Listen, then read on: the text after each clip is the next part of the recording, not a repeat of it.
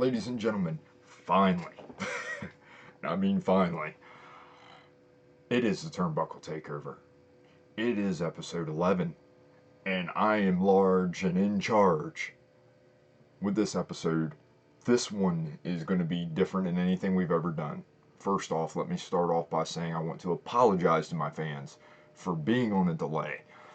The way the world is right now, I've had a lot of things going on. Trying to find out my finances along with everybody else that's in the same predicament that I am. I'm not trying to talk about life with this. This is a wrestling show, but I do want to apologize to my fans and my cool cats and kittens out there. If anybody watched that Tiger King stuff, that is like the volume turned up 1,000, but so fake. But anyway, needless to say, I hope everybody's enjoying their time home with their families. This has been a rough go of it for everybody, whether it's a conspiracy theory or a virus. It is what it is. We're home. The only problem I have with this whole situation, and I don't want to start the podcast off on a bad note, and I'm not saying it's a bad note, but WWE yesterday, and I'm glad I waited to film this, because I would have had to talk about this next week. So things happen for a reason.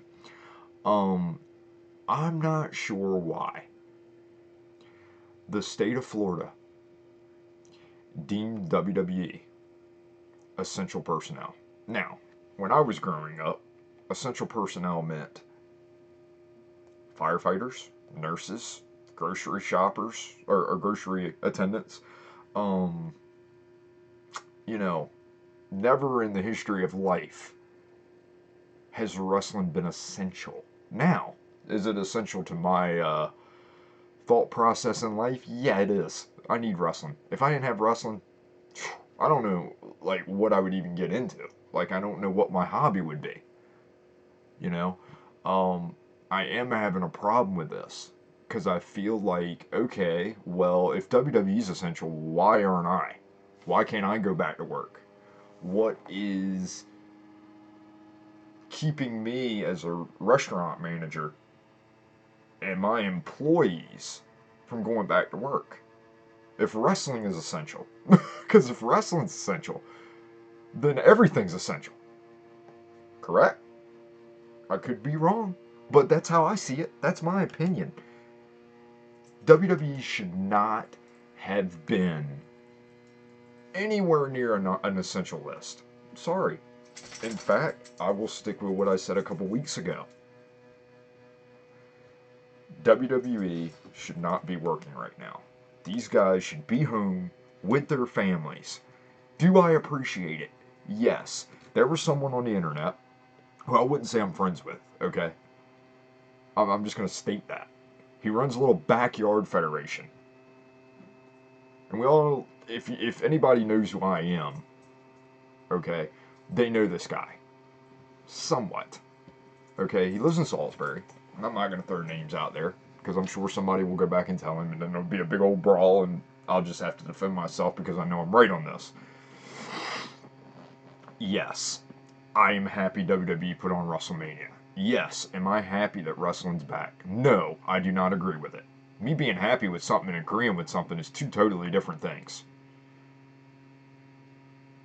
And these people that run these little backyard federations, do yourself a favor and quit, because you're making a business look really fucking stupid. I sit here and I'll watch a certain somebody literally post the most terrible matches, and this dude has a ring in his backyard. Come on, man. You're a trained professional. You went to a wrestling school from what I understand. So why would you need or feel the need to get on there and blast me because I said that WWE shouldn't be working right now? Yeah, you damn right I said that. Because that's my opinion, and I'm a right to have one. It is pathetic how these backyarders go around and say, oh, well, the people who say that WWE should shut down Where would we be without wrestling? I'll tell you where we'd be at wrestling. Same place we are right now. In the house, in lockdown. These guys are having hand-to-hand combat.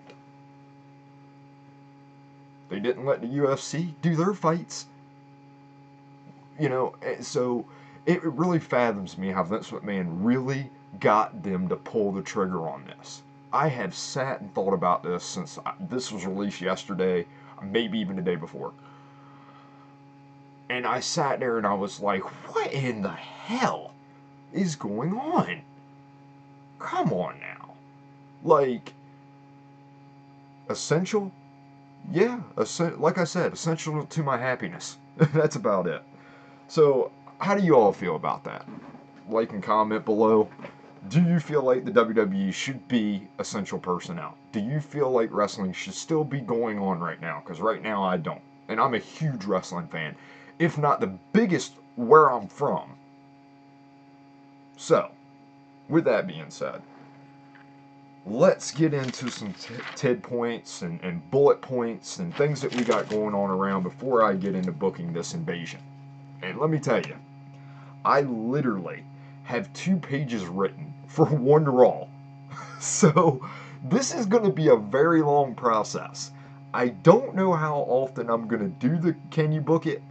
I think what I'm going to do, instead of booking like 6 months in advance of the show, I'm gonna do like Royal Rumble season to WrestleMania. How they would have booked the invasion angle. So when I start talking about this, and I don't mean to jump around, I'm still got tidbits to talk about, but I want to explain this real quick. I'm going to start the Raw of January 1st. Whatever week that would have been, that's the week I'm starting. I think that's perfect. That gives me time to do what I need to do with it, and it gives me time to book it and to make WrestleMania look strong when I book it. So little tidbits here that we got going on around the wrestling business, because I'd like to go ahead and cover Raw. I'm going to cover some things on Raw, but it's this empty crowd stuff is really starting to put a toll on me. Let's start off with Ronda Rousey. Okay, so I was really hot-headed about this when I heard it. She gets on her little World of Warcraft. I guess she was streaming. I'm not exactly sure what she was doing. All I know is somebody asked her a question about WWE. And basically, this is what she said. Wrestling's fake, and I don't understand why people get so uptight about it. And they didn't show me any, the fans showed me no respect. Well, Rhonda, let me tell you something. First off, if you would have came in the 1980s, you wouldn't have got any respect. In fact, your ass wouldn't have been on TV until you got trained. Yeah, did they put Cyndi Lauper on TV? Did they put Mr. T? Did they put Liberace? But Mr. T's the only one that worked a match. And Hogan had him for months, and he trained him, and Mr. T did exactly what he was supposed to do. They were worried going into Mania 1, but Mr. T was a celebrity. But he was a legitimate, I guess, badass in a way, because he was a bouncer. I mean, I don't know. Like, you could look at this 100 different ways, but I'm going to tell you right now, never once did I hear Mr. T come out and say wrestling's fake. And if you were cutting a heel promo, you got me. Kudos to you. And I'll keep that over there on the over here on the wayside. But I can't stand her. I'm just going to tell you. If you want to be a badass, there is no badass in this world. When you come to kick somebody's ass, are you going to smile while you're walking down the aisle? Or the entranceway, whatever you want to call it. For the life of me, I cannot understand why this girl consistently either thinks she's the golden goose, maybe because they pushed her to the moon and back, and now she's cocky. Well, let me tell you something. If it was a heel move, kudos. It's a good thing to do. It was a smart little heel thing, especially if she's going to come back, but I don't see her coming back. My opinions are Ronda Rousey is done with wrestling. Or maybe that's my hopes. I can't stand her. I understand she's a badass in the UFC. I get it, but she still got her ass knocked out, and so did Brock. So are they that badass? Like, I don't know. It's a touchy situation, but Ronda knew better. And even if she was cutting a heel promo, you don't use that word fake. Okay? I'm going to take a line from Jim Cornette on this. And I don't mean to steal stuff, because I know I don't try to. But he said something pretty good on the dark side of the ring last night in the Jimmy Snuka episode. You can call wrestling fake. Or maybe it's the Brawl for All. Either one, he said it. He can't stand when people call wrestling fake. Yes, is it choreographed? Absolutely. But the people who make it seem like bullcrap by the stuff that they do, and then other people who aren't wrestling fans see it, that's what makes it fake to them. So, one move, it took Darren Drozdoff. One move. Droz took one bump and he was paralyzed for the rest of his life. How fake is that? Is that fake? No, it's not fake. I wish that word was never invented, like, for wrestling. Like, because it's a word that's been thrown out there for years and years and years. Well, if it's so fake, big boy, why don't you get in there and do it? Because let me tell you something, I didn't even work that much. Okay? I had a few matches. I never got hurt that I know of. Might have had a concussion that I don't know of because everybody threw me around because I'm the little guy. But I know how to bump. I can almost guarantee you this.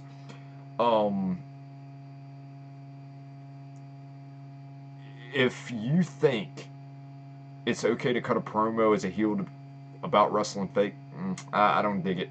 You didn't sell me on anything. The only thing you wanted me to do, which I guess in a way it got a reaction out of me, so she did sell it. She pissed me off. And I guess as a heel, that's what you're supposed to do. So if you're looking at it on a business sense, if, I said if, she comes back, then it all makes sense. She did it on purpose. Kudos to her, because she's going to get major heat when she comes back, especially if Paul Heyman's her advocate, which I was hoping they were going to do this story when she first came. Guess not. So that's my tidbit on Ronda Rousey. I mean, if there was any vodka in here, I'd drink to it, but there's not. It's Mountain Dew. So, let's get into the revival. As you all know, for people who follow dirt sheets like half of my friends do, which I wish they'd quit sending me gosh darn rumors, please stop doing that. If it ain't true, don't send it to me. I have tons and tons of people say, oh, well, I watched this and they said this. It doesn't matter. No one cares what Wrestle Talk or anyone else says. It's everybody's opinion. That's all these wrestling podcasts are. They're an opinion and a guess. No one knows anything. Has the internet been right? Yeah, maybe out of pure coincidence. Or maybe because Vince wanted it to be right. But when Vince realizes the internet gets a hold of something now, if you notice, he changes it. So the Sting and Undertaker thing, part of the reason why that never happened is because we can put the blame on us. Because everybody for year after year after year has been like, oh, it's going to be Sting and Taker, Sting and Taker. And we still have not got it. And we aren't going to get it now. So it's very frustrating. Anyway, on to the Revival. The Revival leave World Champion, World Wrestling Federation. I got to already say WCW, I don't know why. Because I'm thinking they were a WCW tag team. Now, this comes from a viewer. His name's Les. He's a friend of mine, and he wants to know about tag team wrestling. Well, the Revival are one of the best tag teams probably left in this day and age. I know. The New Day is good. I'm talking WWE folks, by the way. I'm not even going to hit AEW, because they've got tag team wrestling almost on lock. Performers-wise, yeah, WWE ain't nowhere close. Young Bucks is first. There's your first. Then you got the Lucha Bros, and the Best Friends, and Hybrid, I think their name's Hybrid 2.0 or something. Jack Evans, I think that's their name. They're good. I mean, even the Butcher and Blade I could see hanging in there with some WWE tag team. I mean, even though they're the drizzling craps sometimes, especially the Butcher, whew, you can tell his age is catching up with him. Sometimes. So, what can we do to change the tag division for WWE? It's quite simple. I don't understand why Vince McMahon, and I think I said this on a past episode, and I don't mean to repeat myself, but this is the truth. I don't understand why Vince McMahon can literally throw two guys together without matching, attire. They make no sense in their promos because they got to cut a separate promo. They're not cutting a tag team promo. Anybody wants to know what a tag team promo is, go look up Demolition. Demolition were very good, and so was LOD. Both of those tag teams, and the Steiners, really any of the tag teams from the 80s somehow knew how to do tag team wrestling. Now it's a lost art. And let me explain why. There's a couple things, and it's little things, but they make a big deal. It's a few things. Number one, the tag rope. I want you to go back and watch 80s wrestling, and even 90s. Maybe until 95, 96, I think I noticed it going away. Especially in WCW. I don't remember a tag rope being there in the late 90s. Or even in WWE. The tag rope was gone. And let me tell you what the tag rope is.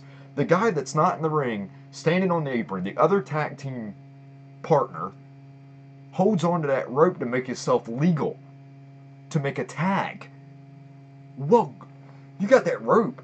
You can do all kinds of stuff if you're a heel or a babyface. You're a heel, you choke the guy out with the tag rope. I don't know where this tag rope thing came from. I don't know the origin of it. But it means something because it creates another part of the tag team story. Heels use it, babyfaces use it. Think about it. That babyface grabs that tag rope and he just panned out to the outside. And let me explain what panning means. It means I just got hit, I took a bump, I went on the outside to recover. To start another fresh rotation of moves. Now, with that being said, if you can keep the babyface away from the tag rope, then guess what that does? He's not a legal man, so he can't tag. So if you keep hitting him off the apron and hitting him off, going back, hitting the dude, that's psychology of tag team wrestling. The Revival is very good at psychology. For some reason, WWE can't figure out the tag team division. For the life of me, I don't understand it. What can they do to change it, Les? Well, here's what they can do to change it.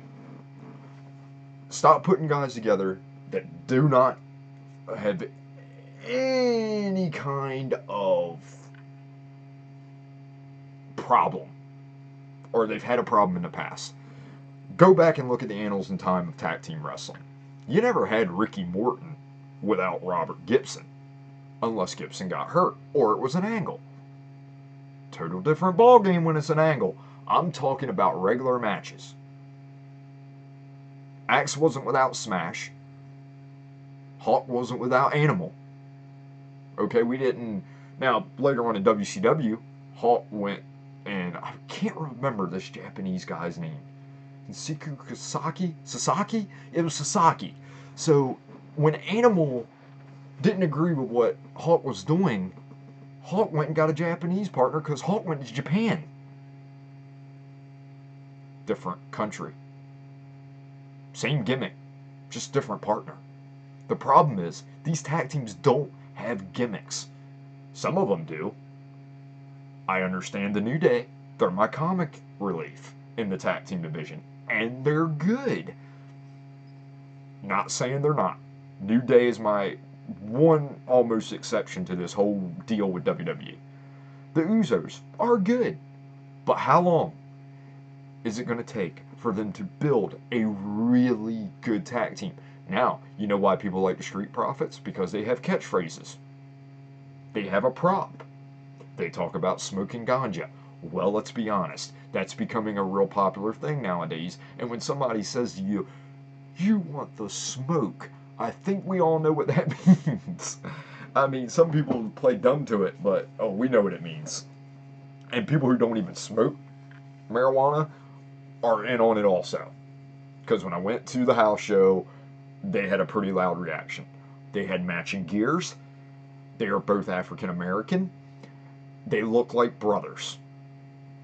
And let me bring the brother thing out to you.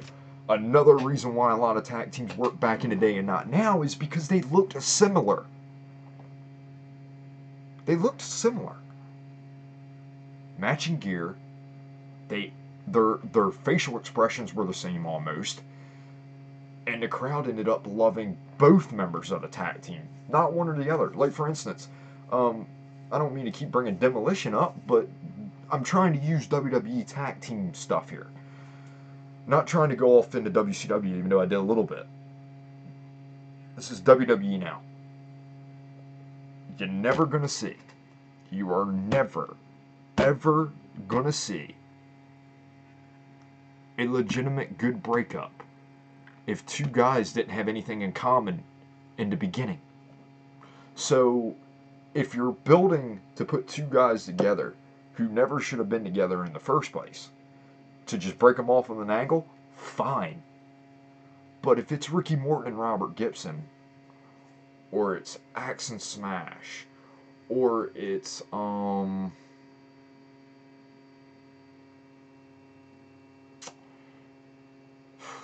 Midnight Express, you're not going to break them up. Could you imagine Bobby Eaton? Or no. Well, Bobby had a singles career. Could you imagine Stan Lane working a singles career? No, you couldn't, because he's no good without beautiful Bobby. And that's the other thing you have to think about. Is there one guy better in the ring than the other? Can the other guy talk better than the other guy? And here's the thing, too, with this day and age. There always seems to be two guys they don't know what to do with. We'll just throw them together as a tag team. That doesn't work. You know, where's the vignettes? Vignettes are great. Like, I remember back in the 80s when they were getting ready to bring a tag team in, there was always this big, like, it was a big deal. Now a tag team comes in, yeah, and people's really lost the feel for tag team wrestling. The psychology of the matches are terrible. They're not tag team matches. It's two single guys taking on another two guys that are on the outside. That's what I feel. I don't feel like it's a tag team match. I feel like it's two singles matches into one. It's broken down too much. Like, tag team wrestling is very simple. But using the tag rope and getting a hot tag or making an illegal tag with the ref distracted is a lost art. My God, you can do so many more things with tag team wrestling. And I think one of the reasons why back in the day the NWA was like, we got these tag teams, we're going to run with them. My problem with WWE right now is there's no tag team that I could see main eventing a card and being like, oh yeah, this is going to be awesome. Whereas back in the 80s, I would see the Rock and Roll Express and the Midnight Express headlining or main eventing a card, and I would be super stoked. Not now. How are we going to rectify this? Well, we're going to rectify this very simply, is to bring tag team wrestling back. It's gone. It's there, but it's gone. The matches aren't laid out the same. Guys are just thrown together in tag teams. That very rarely happened in the 80s. I think maybe once or twice. Okay, you had the Heenan family, you had two different guys. But it was the Heenan family. They were a family. It makes sense. It's okay to rehash some things in wrestling. I feel like sometimes they don't do that because they're afraid the internet's going to blow up on them. So what if there's another Demolition? Does this really matter in this day and age? There's been so many things copied and done over. You know, how awesome would it be if maybe, you know, I like what AEW's doing when they have veterans managing the younger guys, because it gives them a rub. It gives them that push a little bit. Like Jake Roberts with Lance Archer right now is a perfect example. Could you imagine This will never happen because they're in major contract disputes over royalties.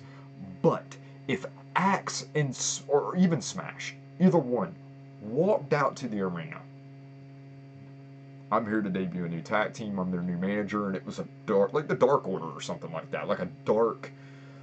I'm not saying call them Demolition. You know, maybe you could have done this with the Ascension, maybe. But Axe being the manager, dude, that just. I mean, that rub. I need that rub. There's no rubs going on. It's just, here's my tag teams. I hope they do good tonight. That's what I think Vince thinks. I think he literally says, whatever. It's just, he's never been a fan of tag team wrestling. And for the life of me, I can't understand it. Which is probably why I was a WCW fan so much.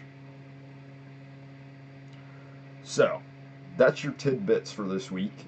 I hope you enjoyed Raw. I hope you enjoyed SmackDown. Now we're going to get into some interesting stuff. Now we're going to talk about, can you book it? It is in 2001 right now. Well, not really, but it is. It is the Raw in January 1st. So I'm going to be reading a little bit. Going to try to not keep my head down, but this was a lot to write. So The Rock comes out and cuts a promo on basically about, you know, Royal Rumble, Mania. McMahon joins him. He thanks The Rock for a great victory at the last pay-per-view. NWO's music hits. Now, let me explain. This is the first time we are going to be seeing anybody from WCW. I have basically started this like WCW has been bought. We all know it. We have not seen anybody. Just explain that to people. So, there are actually only 4 members of this NWO. And as I explained in the past video, everybody is under contract with WWE. Okay? In this world. Alright? So, when I say Macho Man and guys like that, who actually weren't in the invasion, it's because I threw them in there. This is hypothetical. Okay. 4 members of the NWO. The original 3, Hogan, Hall, and Nash, and Savage. They beat The Rock down. And I mean, they beat him with every inch of his body. Savage grabs a chair. Rock gets the upper hand on the original 3. Savage comes from the crowd, grabs a chair, and just beats the shit out of Rock. I mean, Savage is just unloading on him. The crowd's going absolutely nuts. The NWO massacres The Rock. Even takes down Vince. Vince is laying there. The Rock gets every finisher from the NWO. We go to commercial break. When we come back, the NWO is walking to the arena in the back, basically just tearing up everything, just ripping through the whole promotion, going in the back in the locker rooms, destroying jobbers, whatever it might be. Next match is up. It's the Hardy Boys versus APA. Towards the end of the match, Jeff goes for a Swanton dive, hits it. About this time, out from underneath the ring comes Lance Storm. He hits a super kick on Jeff. The ref's distracted by Mike Awesome, who came down from the entranceway. We get the boom. APA gets the win. They get up, give the look. Like, what are you doing? Why are you helping us? What are you doing here? That kind of, you know, look. This is going to be setting up Lance Storm and Mike Awesome for a big feud with the Hardys and APA. This is where we're going with this. I noticed as I was going through this, the WWE was so lackluster on tag teams around this time. They did have the Dudleys, they had the Hardys, but Edge and Christian were on their way to their singles career, and we were getting ready to have the draft. There really was no tag teams in. Right now there is, but later on, once we get into this, it's going to be a hard time to deal with it. Next up, we had Jericho versus Chris Benoit, and I put this match as like the match of the night, like the one where really no kind of broken finish happens. It's just a finish for the Intercontinental title, clean finish. Jericho wins, but after the match, Booker T appears on stage, grabs a mic, does his Booker T stick. You know, sucker, I've been waiting years to see you again. and we were somewhere before, but now we're here together. I'm here to take that IC title, sucker. Whatever it might be. Alright? But that sets up Jericho and Booker T. So now we go to another backstage segment, because we all know how the Attitude Era is. They love the backstage. Backstage with the Brothers of Destruction. They come, commercial break, you see them walking towards the ring. They walk towards the ring back from commercial break. They basically, lights go out. They're like, what the fuck? Did you hear that voice? They hear a voice. Okay? And it's a very low-key kid voice. Does anybody see where I'm going with this? Okay. It is literally, WWE took the Starrcade 97 kid, which I heard was Sting's kid originally anyway, and cuts the shadows, like, I'm in the shadows Taker. I want the real Undertaker. I don't want the American Badass Undertaker. I want the Phenom. Now, we all know where I'm going with this. Sting and the Undertaker. It should have happened then, but it's going to happen right now. I think it'd be in the shadows. He casts, this dark interview, and the lights cut back on. You just see Taker standing there, and Kane's looking at him, and Taker doesn't say a word. He just leaves. And that's never, usually Taker somehow has the last word, I guess. But this shocks him. He doesn't see this coming. So we're going to see where this plays out as the weeks go on. Okay, so the main event for Raw had not been announced yet. Now remember, this is before 3 hours, so I'm still running on 2 hours. And there was other things I could have added in this, but I'm trying to break it down to where everybody can understand the angles. So the main event, Vince McMahon comes out, he's got a bandage on his head. And he comes out and starts cutting his promo. And he says, since I bought WCW, I own the talent. I own everybody. I own WWE. I own WCW. Now, let me bring this to your attention. Well, Billy, how come you're not mentioning ECW? Because I'm not ready to throw ECW in the mix yet. ECW is still technically a company at this time. They didn't close their doors till March 2001, I believe. So I've still got another Royal Rumble build and No Way Out, and then I'll probably do something with ECW eventually. But anyway, so Vince comes out, says I own the WCW talent. With that being said, tonight's main event, anybody from WCW who's got the balls to take on The Rock can challenge The Rock one-on-one. Out comes The Rock to the ring, tells Vince, this isn't how this is going to do. The Rock wrestles who he wants, when he wants, and how he wants.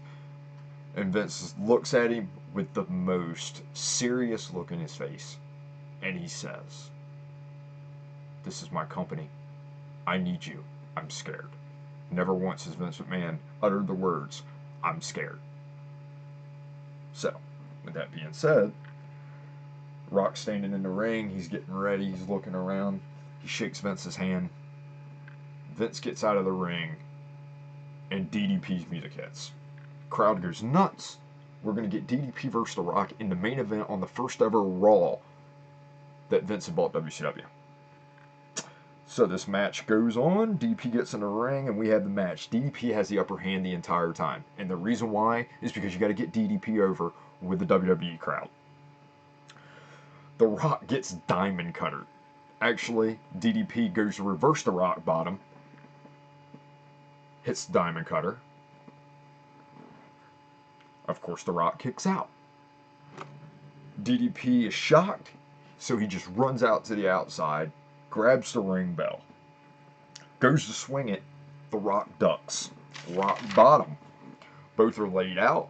McMahon grabs the title, goes to hit DDP, and hits The Rock accidentally. DDP gets the cover. WCW gets the win. So I hope you enjoyed Can You Book It? I had pretty much an enjoyable time doing that. It gives me chills a little bit. It's what I've always wanted to do. I've always wanted to be a performer for wrestling. But at the same time, I've also, my one true love is to be able to sit in the back and book angles and watch it come alive on television. My ideas. It's my dream job. Um, I have actually considered going to school for it. I figured out what you need degree-wise. So I'm looking into that. So we'll see where that goes. Now the top 5 for this week is a request from a real professional wrestler, actually. And his top 5 was color commentaries. These are coming commentators. These are guys who only worked, well, they didn't only work, but majority of the time they worked either right next to somebody or they did their little backstage stuff. I was going to put Mean Gene on here because Mean Gene was a color commentator, but not for long. He was more of the backstage interviewer, and we'll get to that. That's another top 5 I can do. So, I debated with this, and I mean, I bet you I changed this list 6 times this morning. Number 5, I have to give him his just due. Not many people can be an announcer by themselves. That man is Joey Styles. Joey Styles is not only like very smart to the moves, like he knows the Japanese names of the moves, he knows the American way, he knows luchador way. He is a very, very good announcer. I am really shocked.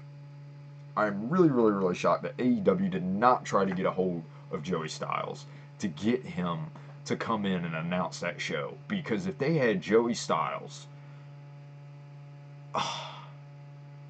with Jim Ross, good grief, sign me up all day long. So I give Styles his the number 5 spot. I was going to give him honorable mention, but I feel like he deserves this. He was very good. He had catchphrases, and that's another thing. None of the announcers nowadays, other than Michael Cole, who says vintage, whoever, whatever, and he just gets on my nerves. I can't wait till he's gone completely. He makes it sound fake by him reading his cards because he has no idea what he's talking about. Joey Styles, number 5. Number 4. Now, 3 and 4 are the ones that I was like, erase, right, erase, right, erase, right. I put Tony Schiavone at number 4. He probably deserves to be number 3, but the guy that I put at number 3, I feel like he's just too damn good to not be in the top 3. I'm a huge fan of WCW. We all know that. Tony Schiavone was my voice. He was WCW's voice after Bischoff was gone. During the height of the Nitro era, Tony Schiavone was the guy. He was the lead. There's no other way out. There was Scott Hudson there, Bobby the Brain Heenan. I loved that group of guys.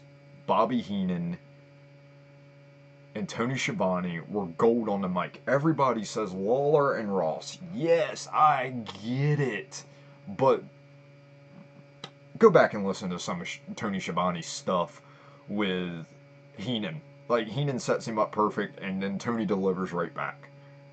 And the same thing goes for Ross and Lawler. But Schiavone has been in the business for a very long time. He did get out for a while. But think about the whole time that really the Crockett promotion was in existence. Tony Schiavone, from 80, probably 81, 82, was the guy that you seen on your television screen every morning when you woke up. He was one of the, if it wasn't Ross, it was him. So, Tony Schiavone is the man. I love Tony. I love his voice. Something about him. Number 3. Number 3, and I just mentioned him a minute ago. Bobby the Brain Heenan. Okay. So not only did he make you want to hate the heel, but he was actually a heel with a heel group while he was announcing. And he was Flair's protege, I guess, because really Mr. Perfect was Flair's manager, and and it's like, wow, that was so good. That WrestleMania 8 stuff with Savage and Flair, and Heenan coming out and declaring Flair the real world's champion and giving him the WCW belt. That was so awesome. But announcing wise, he was amazing. He got the heels over. Um, he was funny. His one-liners are great. He had a great voice. He would make you think about the angle. Like, for instance, like, he always talked smack on Hogan. But if you noticed, he did it a lot more in '95 when Hogan was really on his way to becoming a heel in late '90, well, early '96, late '95. We all seen the writing on the wall. Hogan was getting booed in WCW. I mean, as a kid, I didn't see it, but the people who were older, I mean, probably didn't see it coming either because it was pretty shocking. But at the same time, you heard the boos. I mean, I'm a Hogan fan. I go back and look at it and be like, damn, how did we not see he was going to be a heel? Like, it's not like they swept it under the rug or something. I mean, he was getting booed dramatically, very badly too, especially when Flair would get a one up on him, like that, like it happened a couple times in North Carolina, and well, of course Flair's from there, but crowd went apeshit because Hogan is a WWE guy. Don't care what anybody says. Yes, did he go to WCW? Absolutely. Did he make a name for himself there? Yes. Did he do a good job? Yeah. Did he have a few good matches? Absolutely. But his time that he's known for is WWE. No way around it. Bobby the Brain Heenan was a master on the mic. That's about the only way to put it. Heenan hated Hogan because he was the babyface, and Heenan was a heel, and we understood that from the very beginning. He made it known. It was awesome. It was well done. I even like Heenan with Vince. That's not a bad group of announcing guys either. Number 2, and man, I can't tell you how many times I went over this. Can't tell you. I struggle with this really bad. Number 2 is Jesse Body Ventura. I wanted to put him number 1 so bad I could taste it. Let me tell you something. If you don't know voices, okay? If you really don't know voices, you know Jesse the Body Ventura's voice. Okay, first off, you want to talk about hating the baby faces. Oh my gosh. Like, he would, like, sometimes you felt like, well, is that real? Like, I know he had heat with Hogan, but God's sakes. Like, I mean, he would bash Hogan like it was nothing. But when the time was right, see, and this is where I feel like he got it better than Heenan, because sometimes I feel like Heenan just overbashed sometimes. But Jesse, like, and one thing that sticks in my mind more than anything was WrestleMania 3. Okay? After, the tail of the take. Andre, 7'4", 500 plus pounds. Hogan, 6'6", 300 and whatever it was, 306 or 303 pounds. World heavyweight champion. Movable force, you see a movable object. That was Gorilla. And trust me, I wanted to put Gorilla on this. How I didn't, I don't know. I really don't. And it was so tough, but I felt like Joey Styles. Like, I was going to put Gorilla, the original list that I had wrote was Jesse the Body at 5, Ventura at 4. Heenan wasn't even on it. But, I don't know. Gorilla Monsoon with me is like, he's amazing. He did great, but I can't put him in the top 5. I don't know why. I really don't know why. It's not that I dislike him. It's just kind of like I ran out of room. But I felt like Jesse the Body Ventura had to be on this. Okay, because not only did he do good work in WWE, but then when he went to WCW, he made that promotion golden. I want you to take a look at the track record. Jesse the Body is one of the first ones to jump ship from WWE to WCW. We all knew the voice, and him and Jim Ross, that was gold. They are my favorite team of announcers doing play-by-play. They had chemistry. There is nothing else to say. Chemistry is more than anything in wrestling. They had chemistry. A lot of it. I miss them talking. I like how Ventura kind of changed his game up when he went to WCW, because it was really, really, really good how he changed from being this, I don't know, dastardly heel announcer to kind of like more on the lines of he just liked watching it. And he was just talking about everybody, whether they were good or bad guys. I think Jesse was very motivated in WCW till Hogan came in. Had Hogan not come, we would have had good announcing. If Jesse had stayed while Hogan was coming in, that Flair and Hogan match, the beginning of it, sign me up. Because just him talking would have had my attention. I love you, Jesse the Body. You're one of my favorites, if not my personal favorite. But number one goes to Jim Ross. I'm just going to say it. It speaks for itself. Jim Ross has literally seen and done it all, from working backstage to being an announcer. Now, is his announcer lacklusting this day and age? He needs to really relax. I think he's so excited to be back on television and to have something to do since his wife passed. He is just overly excited. And sometimes he gets overly excited and the other two guys have got Shivani and Excalibur have to, he can't get Jungle Boy's name right for some reason. But before the Bell's palsy and even after the Bell's palsy, this guy knows every single thing about the 2 people or the 4 people or the 6 people that are in that ring. He can tell you everything that Kurt Angle has done in his entire life. He can tell you where he's been, where he's lived, how many kids he's got, how many gold medals, how many championships he's won, what title he needs to win, what title he hasn't won. And that's just an example. He did it with everybody. It made you want to be invested in that guy by hearing him say, well, he's a 2-time All-American. Like, let's give Ron, the one that sticks out in my mind is Ron Simmons. I will never forget it. As a kid, I was watching WCW Worldwide. And it's weird how you remember things. It was right around the time that Ron Simmons was about to win the world title from Vader. And they cut that Miami Hurricanes, I think it was Hurricanes. Was that who he was playing for? Correct me if I'm wrong, I'm not sure. But I think I'm right. But he literally ran around the whole entire stadium. Then he's running up the steps. And Ross is talking. And after it comes back, Ross is like, ladies and gentlemen, that is a 2-time All-American football player. Majorly athletic.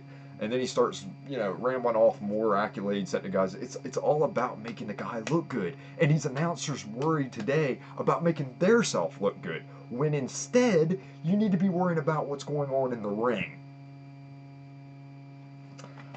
I'm way past my time. I'm at 48 minutes. That was the top 5. And let's just end on a, I don't know, somber note maybe. Please take care of everybody out there, man. Or we're not going to get wrestling back. I struggled to do this episode. I'm not even going to lie.